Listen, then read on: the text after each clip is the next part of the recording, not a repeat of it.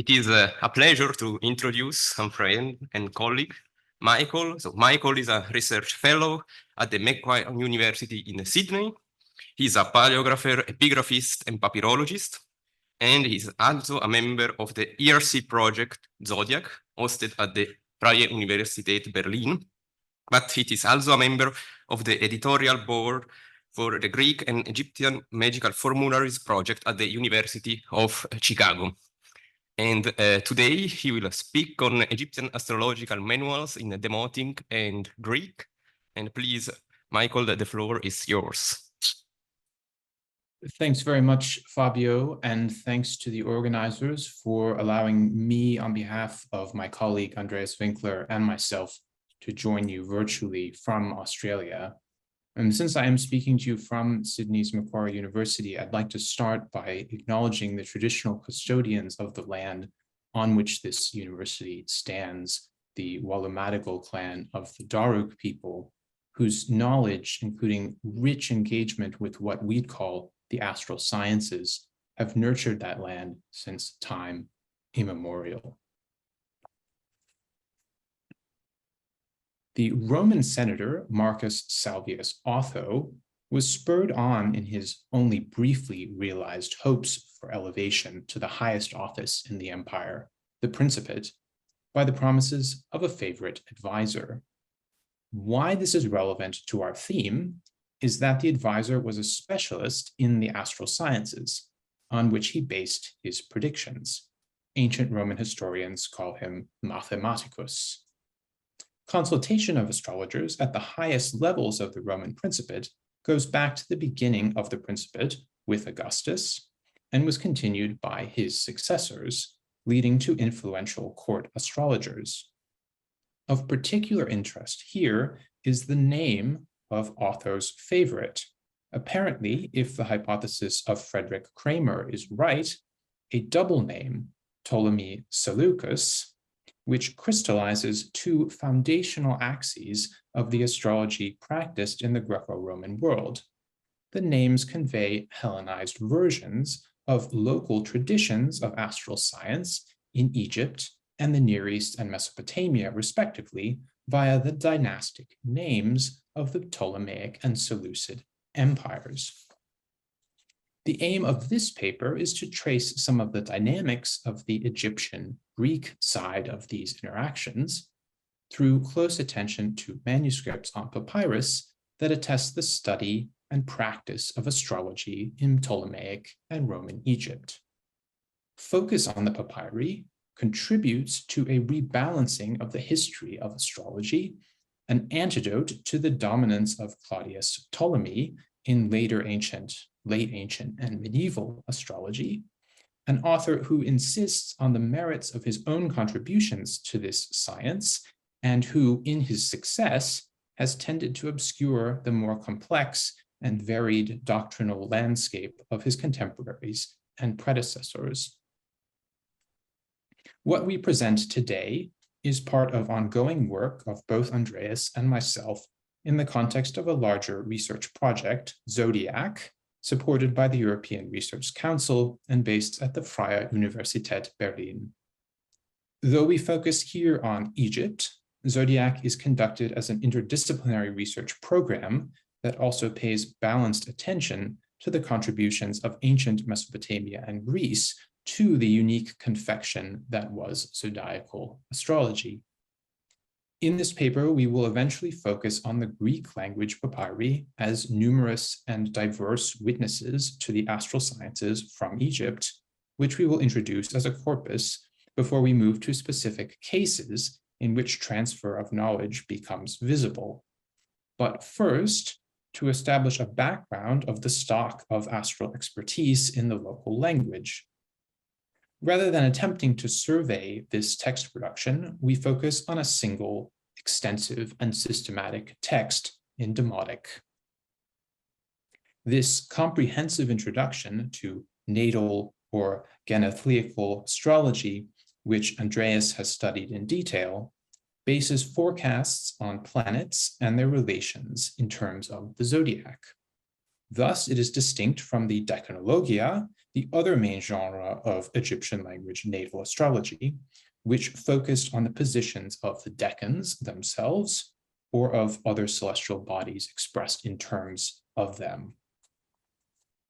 This introduction is a single text identified in 3 different manuscripts from the temple library of Teptunis, copied in Roman times. It can be divided into 2 parts, giving instruction in the astrological doctrines and also a systematic catalog of predictions made from them. The predictions appear to depend on the classification of the signs of the zodiac with respect to the planets, that is, which signs are the houses, exaltations, and triangular triplets or triplicities assigned to each planet, and their subdivisions of the signs into the so-called planetary terms. The instructions give lists and definitions of these parameters, and also include the system of the dodekatropos, or 12 places, to whose use in Greek language texts we will return, a system of assigning various predictive scopes to the zodiac signs, such as prospects for marriage, livelihood, and manner of death, based on where they stand, where the signs stand in relation to the ascendant, the sign on the horizon at the time of the horoscope, a disposition that changes with each horoscope. And also the lots, a system of plotting additional astrological objects alongside the planets and based on the planets, which we will also see further in Greek. Indeed, the dodekatropos seems to have been a major structuring principle of the systematic catalog of predictions offered here. All in all, the Demotic treatise provides an introduction to all of the essential doctrines of what we think of as Hellenistic or Greco-Roman astrology, a sort of Demotic Vetius Valens, to name the other, rather more open-minded counterpart to Claudius Ptolemy as aggregator of astrological traditions in Greek. And not only the doctrines, but also the specific language of forecasts resemble texts found in Greek.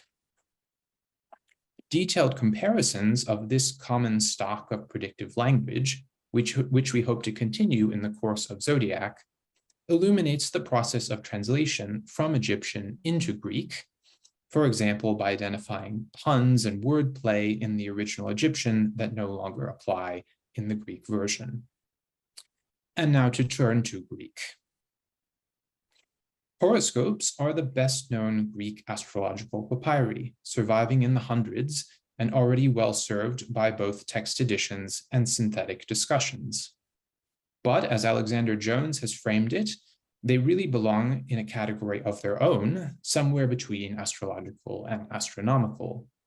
Their chief concern is recording the data of celestial positions, not their interpretation. In theory, and as we learn from authors on astrology, horoscopes can be cast for any desired event.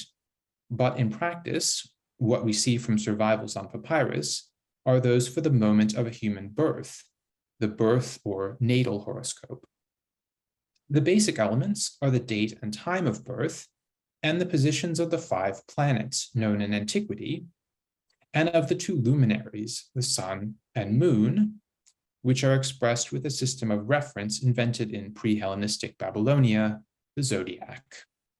That is, the ecliptic, or the sun's path in relation to the fixed stars, divided up into 360-degree parts, degrees, then into 12 segments of 30 degrees, the zodiac signs of the so-called uniform zodiac.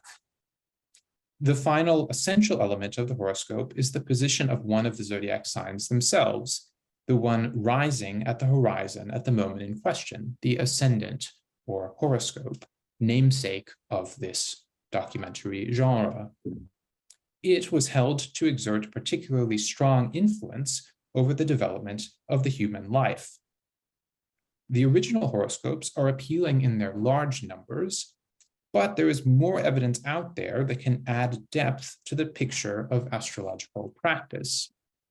The treatises that accompanied and informed the casting of horoscopes and their interpretation, as well as underpinning other kinds of astrology that would not otherwise leave a material record as horoscopes do. A rough generalization would be that the extant horoscopes represent raw data, and the other astrological papyri show, at least in part, the practical and theoretical background for what one can do with that raw data, that is, predictions for the course of a human life. Among other things, how do we get from birth date to the sort of predictions that are precursors to the horoscope familiar in modern astrology? This remaining category, which for convenience I'll call astrological treatises from here on, is served by fundamental finding aids and bibliographical checklists for published texts by Otto Neugebauer and Henry Bartlett van Hosen, and later by Donata Baccani, but new texts have continued to appear, and a dedicated corpus of texts has never existed. So the question of how Greek astrological texts looked in Greco-Roman Egypt outside of the horoscopes, and the related question of what one could do with all that horoscope data, remain to be answered. But as we will see, there are ample materials with which to attempt to do so. And to that end, a corpus of non-horoscopic astrological Greek papyri is part of the ongoing work of the Zodiac Project, whose numbers are approaching 100 texts. With only a few exceptions, the astrological treatises belong to the Roman period, a pattern that also broadly follows the distribution of the horoscopes. In approaching this apparent Ptolemaic gap, however, we must distinguish between the date of the composition of texts and that of their surviving copies, which could be later, and keep sight of the evidentiary bias against Ptolemaic papyri in general, which are more likely to have decayed.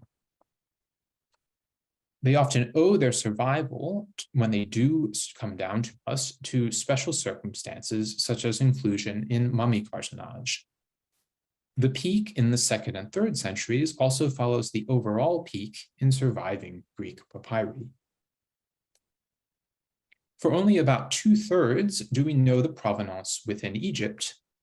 Of those, the city of Oxyrhynchus accounts for nearly 2/3, the Arsinoite nome for most of the rest, of that about half from a single village, Tunis, with 2 more from Hermopolis Magna and 1 from Antinopolis.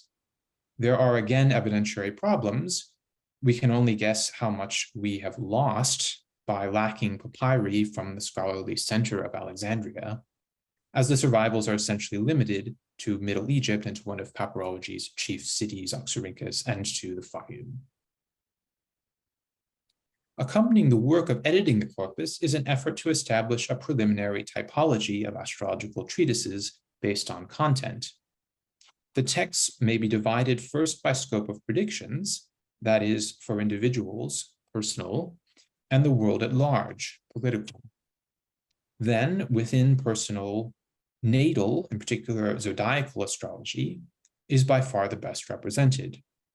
The basis for this natal astrology is the positions of planets at birth, expressed first in positions relative to the zodiac signs for convenience, but also for predictive significance, and their relations to each other. These are cataloged, as are the possible effects that can be predicted. These are most commonly organized by the astrological signifiers, but in some cases also by the effects, for example, susceptibility to certain kinds of illness.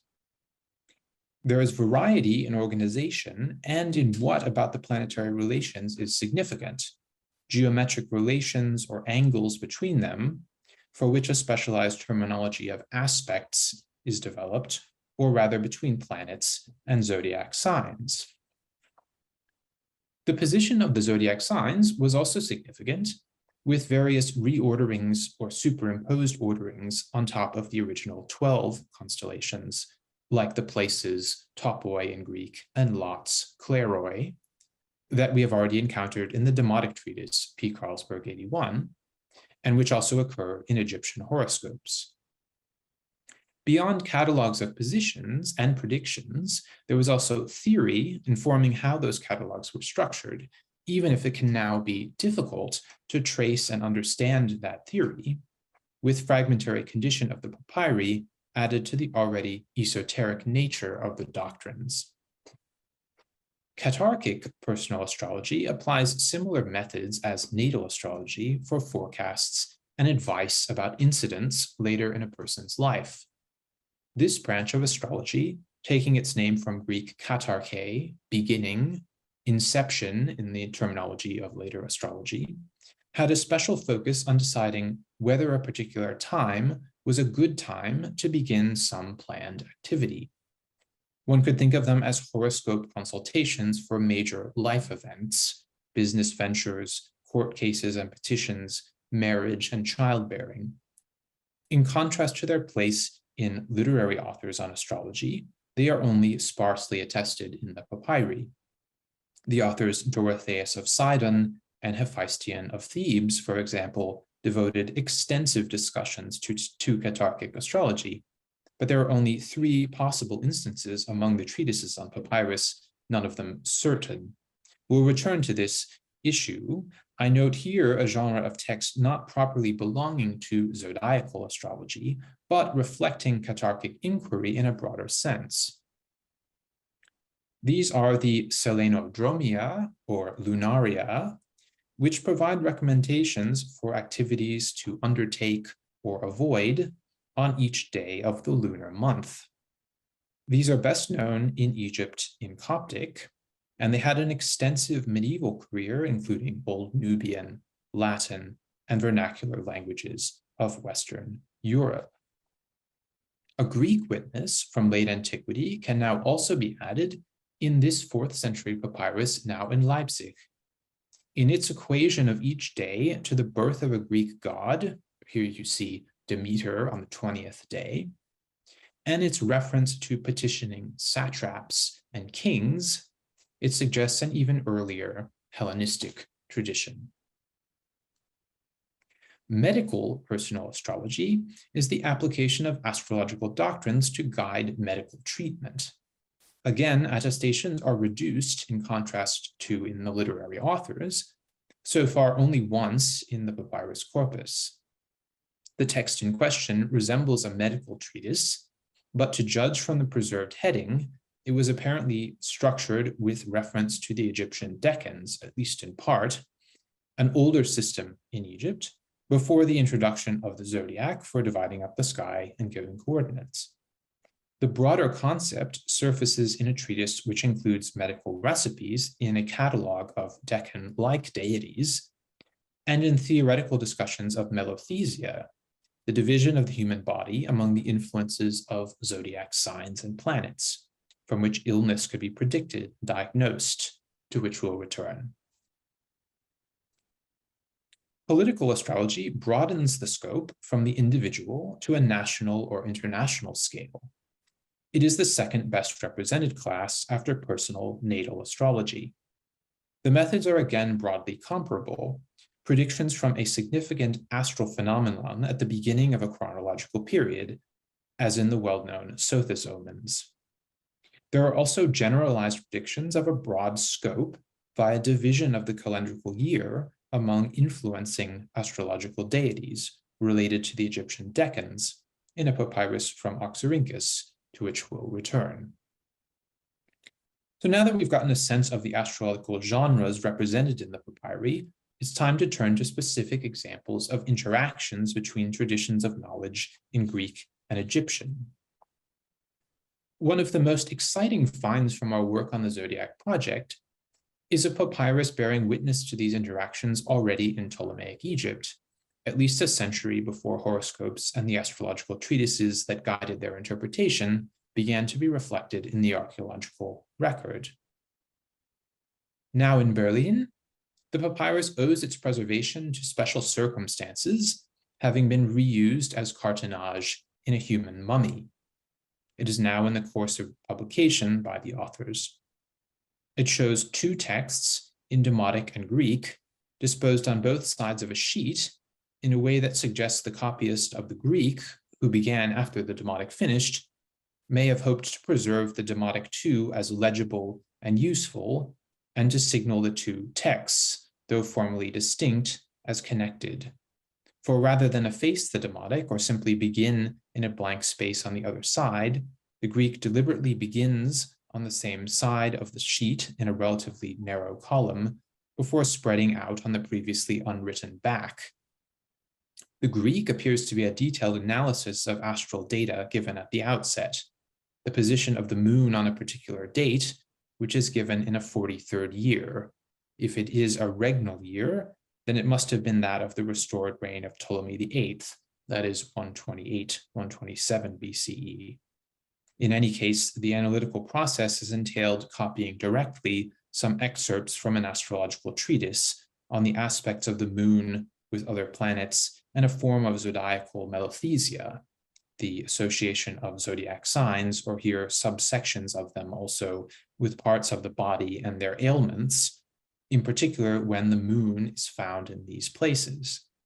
The Demotic, for its part, takes up forecasts in more detail. This division of labor between Greek for establishing the horoscopic data and Egyptian for their interpretation in the form of predictions recalls the Old Coptic horoscope, copied for a birth in 95 CE. Some kind of bilingual contact continued in this text. Our earliest published Greek astrological treatise. Although the first editors placed it in Byzantine Egypt, the paleography points much earlier to the 1st century BCE. So too the presence on the back of what the first editors identified as Greek shorthand writing, but is rather a single line of Demotic.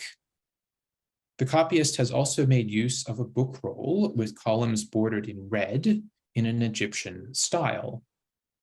The content, for its part, once again puts the moon at the center, as in the Berlin papyrus. One of two variables tracked for the predictions is the position of the moon in a zodiac sign. The other variable is one characteristic of the Egyptian inflected Greco-Roman astrology, the ascendant. We have only one preserved forecast. The combination of Aquarius in the ascendant with the moon in Gemini yields a person of roguish character. Although the ascendant and its other three counterparts as cardinal points became characteristic of Greco-Roman astrology, it is worth noting that the moon did not lose out entirely, being the chief variable of Catarchic astrology in particular. The aspect of lunar calendar as sacral in Egypt via the use of the lunar calendar for timing in the ritual life of the Egyptian temple cannot have failed to have some influence here. In this same connection, we find zodiac calendars for timing private rituals in the formularies of the so-called magical papyri. The best known is this one, found in two versions in two different formularies. Here you see the better preserved of the two, with an internal title, the Circle of the Moon, and an arrangement by zodiac sign beginning with Virgo. For example, one is to carry out divination by necromancy when the moon is in Libra, prepare love magic when it is in Aquarius, and make amulets when it is in Cancer. But a reflection of this is found also in a Coptic text, organized rather by the sequential days of the lunar calendar, but taking into account also the astrological aspects or geometrical relations along the zodiac of the moon and planets. And it, in turn, is further anchored in a bilingual context, as it is copied on the back of a Greek school text, which we've been able to identify as a student's copy of an oration by the Athenian orator Socrates. The reframing of the lunar calendar advice in zodiacal astrology can be traced further in Roman times in substantial fragments of an astrological treatise of the 2nd century, whose publication for the series Berliner Klassische Texte is in progress. The fragments are now divided between Berlin and Leipzig. The astrological treatise is a later edition, copied on the back of a sheet taken from a book roll on which a play of the Athenian dramatist Euripides was copied. Once again, an intersection between the technical literature of astrology and Greek belles lettres. The structure of the treatise is relatively simple. Birth with the moon in each of the 12 zodiac signs. Here, for example, is the first entry for Aries. Moon in Aries. The one who is born having the moon in Aries will be intelligent and will be charming, perhaps, if that restoration is correct, as seems most likely, and eminent, perhaps, and will acquire possessions and lead multitudes. He will change from place to place, dark-eyed, living a good life, clever. He will be led astray in evil. Some even become warriors. And now comes the intersection with Catarchic astrology. The text continues, it is advantageous to found a new house.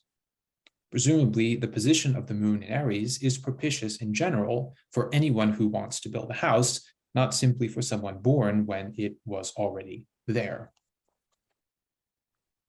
A pendant, seen in a few of the entries for other signs too, gives consideration to women in addition to men as subjects of natal astrology. If it is a woman, she will have a good reputation with everyone, but have many bad illnesses. A further development of the doctrines of this treatise sets itself in the context of an astrology that, to judge from the preserved original horoscopes, had the ambition to take account of all the planetary positions.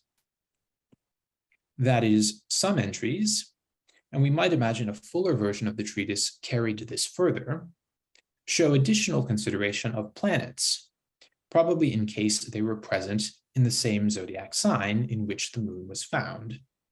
So here we see the damaged entry for Libra, which mentions the presence of Mars, apparently in Libra along with the moon, which will affect in some way, that mostly remains obscure, the forecast for the native, who already, it seems, will have a complicated relationship with the gods, both attempting piety and falling into blasphemy. So much for some early moon-centered astrological strands in the treatises from Egypt. A doctrine of Greco-Roman astrology conventionally ascribed to Egypt is the dodecatropos, or 12 places counted from the ascendant, traditionally in their traditional number. Research on the Egyptian language astrological papyri bears out at least that it was in use in Egypt.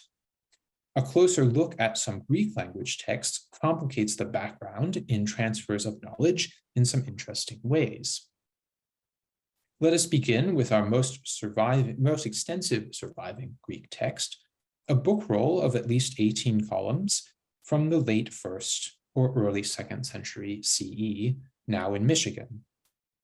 It amounts to a systematic introduction to astrology, not without some rather unique doctrines, at least with respect to what survives elsewhere, including a system of melothesia based on the planetary epicycles, an interesting application of the cutting-edge theories of astronomy, planetary motion, with astrology, how to divide up the ecliptic into planetary boundaries or terms. Here, directly following a presentation of the cardinal points, anchored by the ascendant, are two systems of the renumbering of the zodiac signs based on it, one in 12 and the other in 8 places, the latter attributed to one Asclepios. The point that retains our attention here is the name of the 6th of the places of the 12-place system, in Greek, daimoniae. Now, this word is surprising in the Greek of the period in which the text was copied, and for its register of technical prose. It is found elsewhere in Greek only in poetry, as a term of address and epithet for women.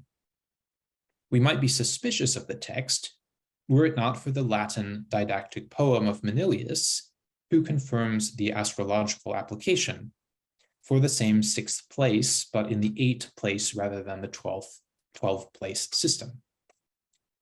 Manilius marks it explicitly as an untranslatable Greek loanword for which Latin lacks an equivalent.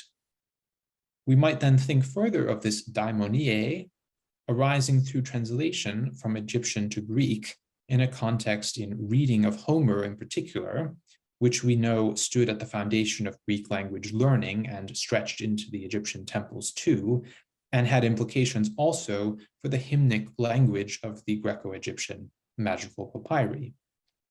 The Scholia on Homer capture a double valence for this term, focalized in this retort of Zeus to his wife Hera, a tone of chiding as well as endearment, appropriate to its application to the sixth place, elsewhere associated with misfortune and particularly illness, but those, after all, given by the divine disposition of the heavens.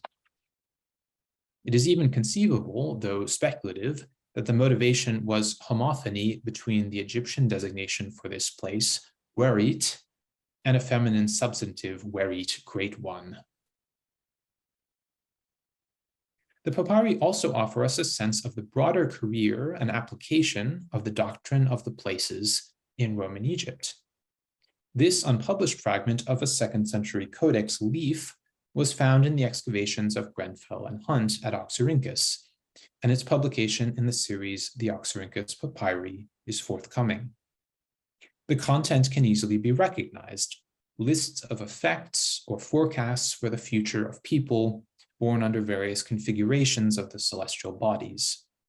There are commonalities of diction in these predictions, shared especially by Vettius Valens and Hephaestion of Thebes. What is probably an introductory paragraph may mention the technical term kentron, one of the 4 cardinal points in the heavens along the ecliptic.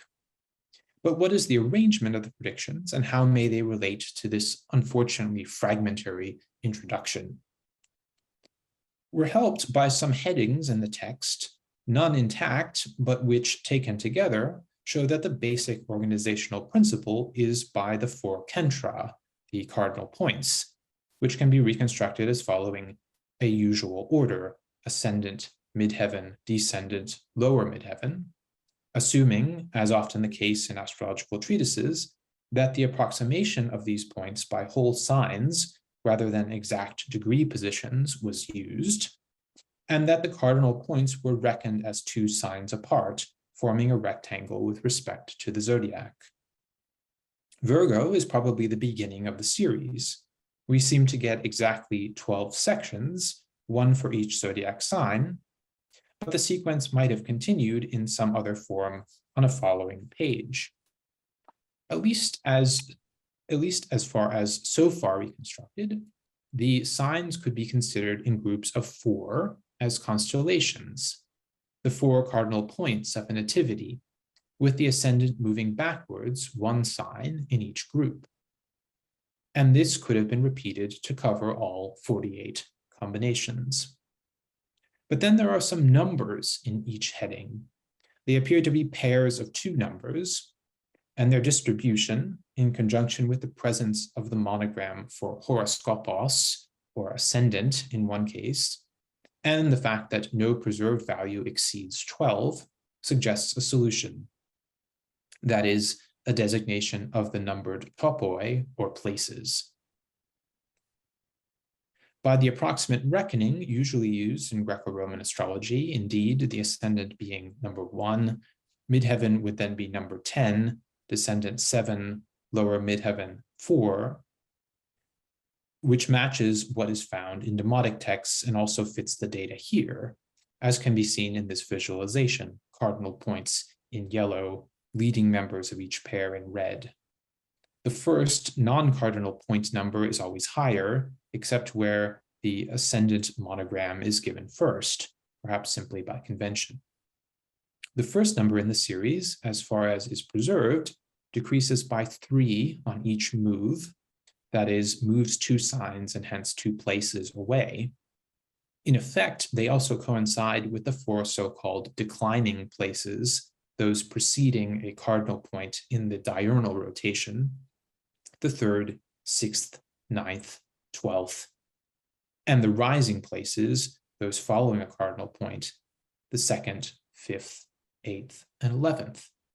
The first set might be reconstructed to follow either of these schemata. If topoi these are, what is the point of noting them? No planets are explicitly mentioned, but we might think of one or two planets being followed through various combinations of topoi and sign-kentron combinations that would match the organization of the Demotic treatise P. Carlsberg 81, which we've already seen. And this other Demotic manual traces planets, at least Venus and Mercury, through the named topoi. We could imagine then that the planets would have been introduced in the introductory part in the new Oxyrhynchus Codex. A textual witness from the ground level of astrology in Roman Egypt further complicates this story about the places. Even in the canonical astrologers, some terminological slippage can be recognized around the terms for the places, which can be conflated with those for the lots, a distinct doctrine of plotting a series of sorts of pseudo-planets by measuring the arc length between the planets themselves along the ecliptic. These are properly kleroi in Greek, sortes in Latin, but they sometimes go by topoi and loci too, and vice versa. This unpublished papyrus, now in Yale's Beinecke Library, recycles a documentary text, apparently a declaration of property by one Serapion, son of Tothes, for some astrologer's notes on the back in an idiosyncratic cursive hand clearly intended for a context of private use. These consist of two excerpts from an astrological treatise of some kind and a draft or writing practice on an original horoscope practice with some of its formularies, of which we can see the customary heading, Agathe Tuche, with good fortune, a statement of good auspices under which the copies handed out to clients were often introduced, and then the entries for 3 planets, but without positions.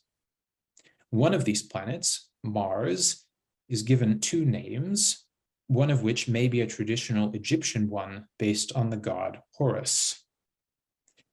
As for the treatise excerpts, they promise signs, semea, of 2 planets, Saturn and Mars, when they are in the places, here topoi, of other planets, which happens to be Jupiter here in both cases. Now, this possessive aspect is not a feature of the doctrine of the places or the lots. By definition, the zodiac signs of the places and lots vary with each horoscope and cannot be assigned definitively to any one planet. More likely, we have a case in which topoi is used in a different sense, as including multiple other ways in which planets can possess zodiac signs or their parts, that is, the distinct doctrines of the terms and the houses. And here, one more point on the lots. We can note briefly that the lots, under their proper title in Greek, kleroi, but also under the transferred sense of topoi, are duly attested in a substantial discussion in another early treatise. This fragment of a book roll, found at Oxyrhynchus, is to be dated no later than the 1st century CE. It gives instructions for casting at least 2 of the lots, those with predictive scope for siblings and for injury and illness. The latter, the kleros sinus, entails a zodiacal malethesia, which allows one to predict in what part of the body the fault will develop. For example, Aries is assigned the head, so a result with the lot of injury in Aries will predict medical problems arising there. What is also interesting for our purposes is a later annotation added in the bottom margin to one of the columns, previously undeciphered. The text is damaged, but enough survives to see that, at least in part, poetry or Greek with poetic diction is being cited. The sun, for example, is described as Pharos Titanion, the Titan's light. And its source is also given as one Nechaus, probably yet another variant of the legendary Egyptian sage Nekhepso, whose tradition is ultimately inspired by the pharaoh Necho II. For this later reader, then, who added this marginal annotation, an astrological poem in that ancient tradition was still accessible and considered relevant to the explication of doctrines, including the astrological lots. The nexus of this legendary Egyptian tradition and the doctrine of Melothesia leads us to our final section, in which we'll consider briefly some more explicit self-presentation of astrology as a cultural synthesis of Egyptian and Greek. This fragment, now in Manchester, is relatively well known. One can see the text as an adaptation of the Greek philosophical form of the dialogue, especially as one of the two speaking parts is named as Plato, and an end title makes clear that this is the Plato, philosopher of Athens. The other speaker is named as Peteesis, whom the same end title seems to count among the prophetae, here the Egyptian priestly title. He reveals to Plato a combination of 3 astrological doctrines, assignments of the Greek vowels to each planet, and of parts of the body to both the planets and to the zodiac signs, or planetary and zodiacal Melothesia, respectively. However rightly modern Assyriology has claimed Melothesia as a Mesopotamian invention, for the author of this text, it is the wisdom of the Egyptians to impart.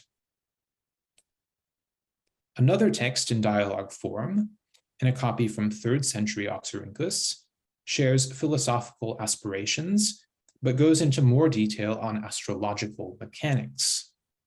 After a discussion of the cardinal points, the text goes beyond the human sphere to consider astrological effects relevant to different animals in different geographic regions.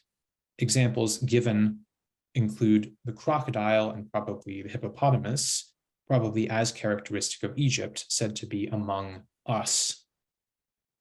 Others whose name is lost in the Gulf of Colchis and the Indian Ocean, and seals.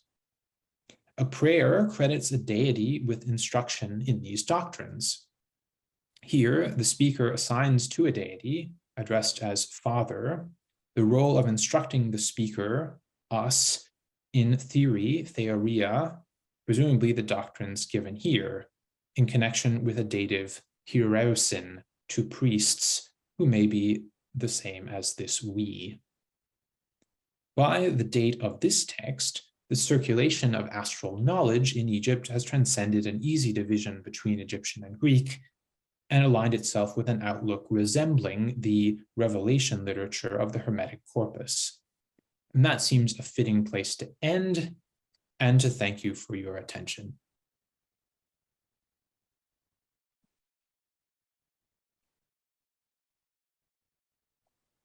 Thank you. Thank you very much, Michael, for this exciting paper. I think that now we can open the discussion. I don't know if there are already some questions in the physical room. So if not, I will just make one question and then we will see if there are other questions in the Zoom.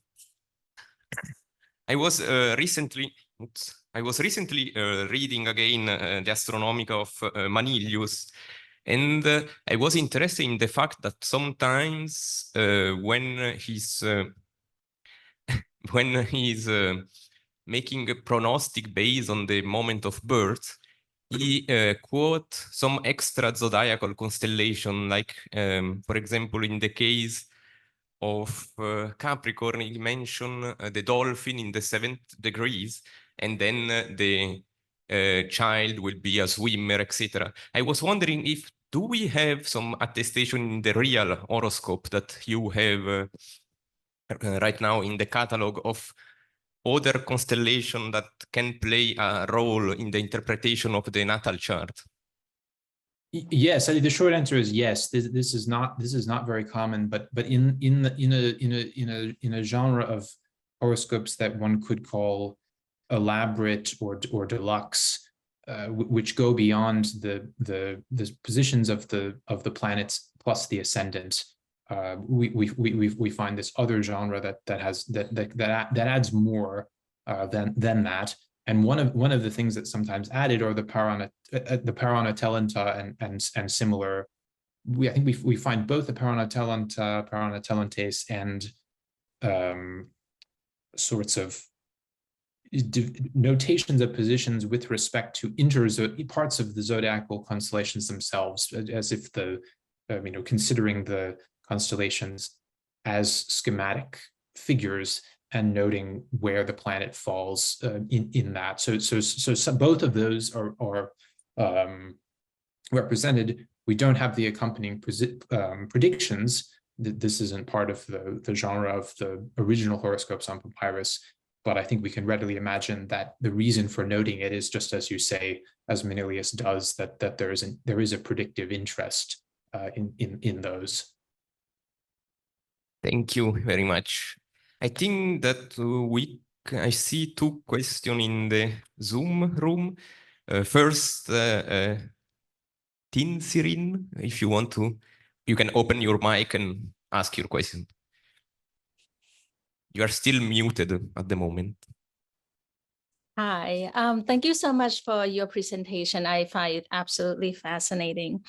I have a question in regarding to the moon, that you mentioned that the moon was primarily used in help casting the cure in medical astrology, right? So I have a question: when a practitioner at the time, when they're looking for the source of cure per se for this person ailment, were they looking at the person nodal chart? Let's say that where the moon was land in what house, let's say, probably look at the 6th, 12th, or the 8th house when it regarding to health. But is it looking just the nodal chart, or they also consider the transit of the planetary movement at the time in order to find the cure for the ailment? Thanks very much. What I would say would be the primary ancient method, the ancient approach would in fact be to cast, if you like, a horoscope for the time of falling ill. I see. Okay. Yes, and so then that astrological moment is analyzed. So then the question is, where is the moon at that time? Right. And that actually that guides prognosis for the course of the illness, and also, yes, as you say, something about the cure. And I think that also goes for medical astrology across the board in these ancient texts that are my focus. The onset of illness is being considered as another horoscope. Yes, so that's, I would say that's the primary method. I do think it's possible that the dispositions, if you want to think of it as dispositions towards certain illnesses, can be derived from the natal horoscope as well. So you could have a comparison of the two. I see. That's very interesting, of that they're looking at the time, the alignment of the planets and the moon at the time of the ailment. I think that's really interesting. Another question real quickly is that, do they use astrology at the time in terms of, I guess, to compare to the modern world, is like electoral astrology, to find the time of when it's best to do ritual? Because in ancient Egypt, it's not just like, here, the medicine, you eat it and you fine, but there's like rituals and other things that go in terms of magic. Were there any kind of almost like, oh, let's looking for the time that maybe the serious, right? A certain time, who knows, that will be best time for the cure of the ailment. Yeah, so I've just brought back up this slide. This has to do with ritual and magic, but you'll see that some of the rituals include amulets.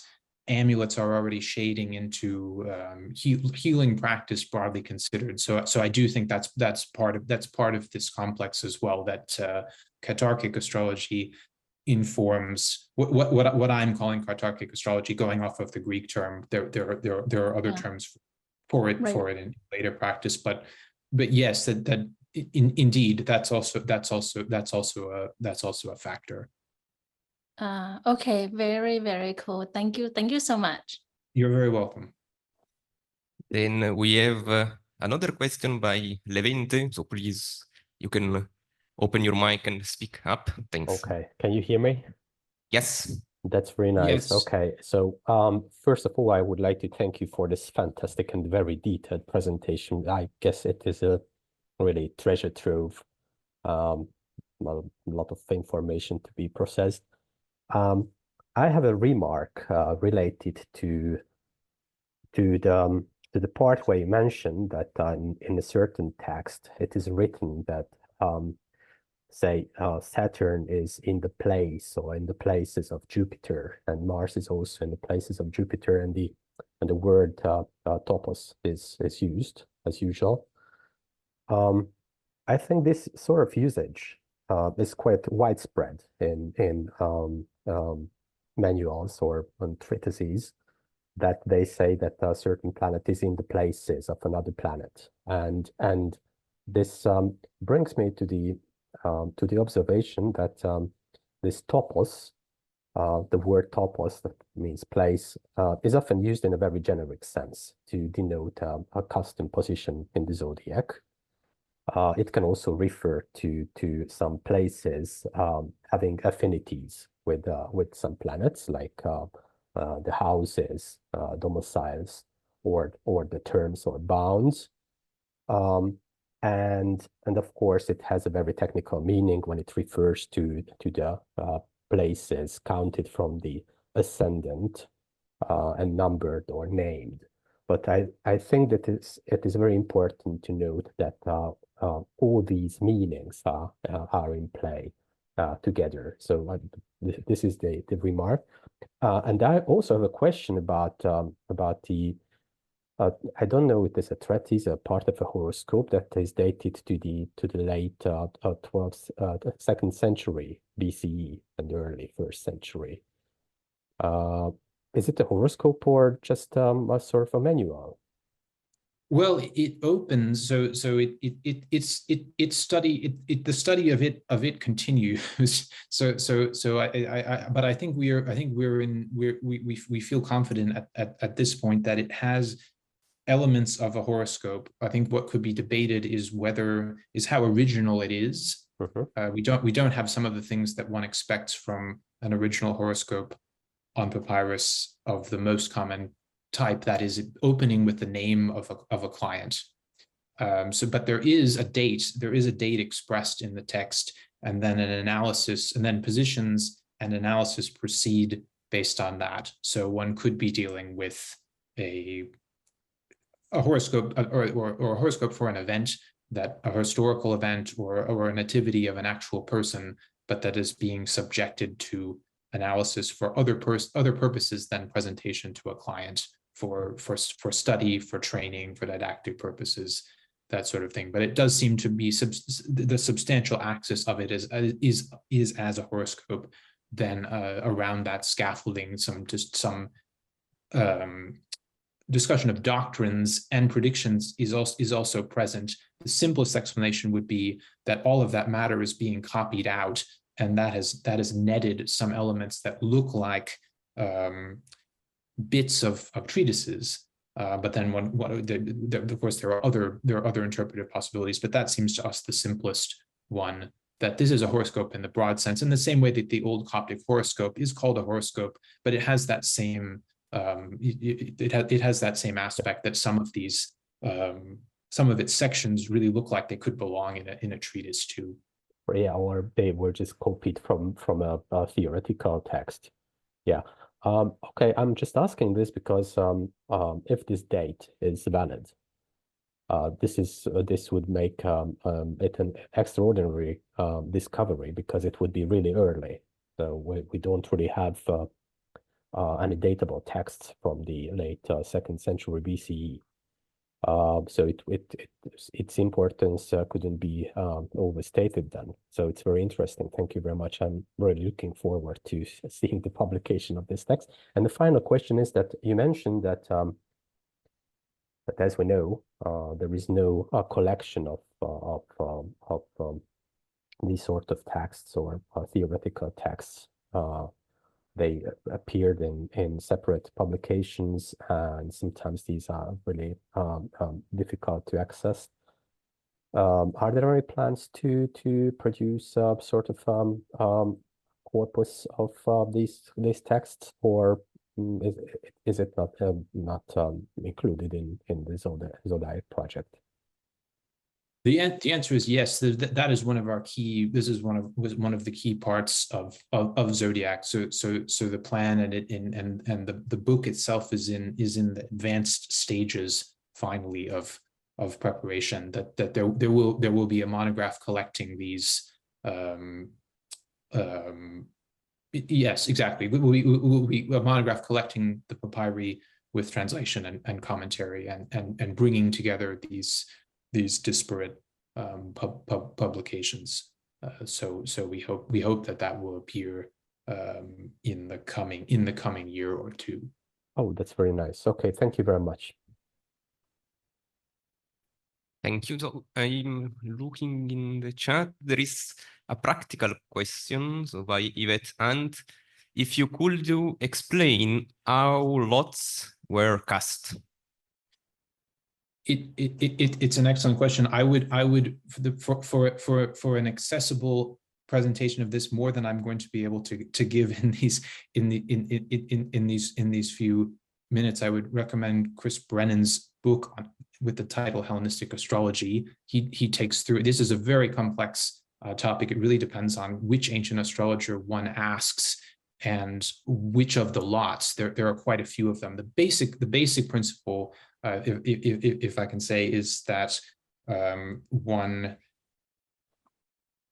counts or one measures the arc along the ecliptic between two planets. Which two planets will depend on which of the lots one is after, and then projects that arc length from another point, and most often that is the ascendant, and then the result of that will be the lot, and then the lot behaves as a planet would. It has a point on the ecliptic, and then the variables can be analyzed from that. So in what zodiac sign does it fall?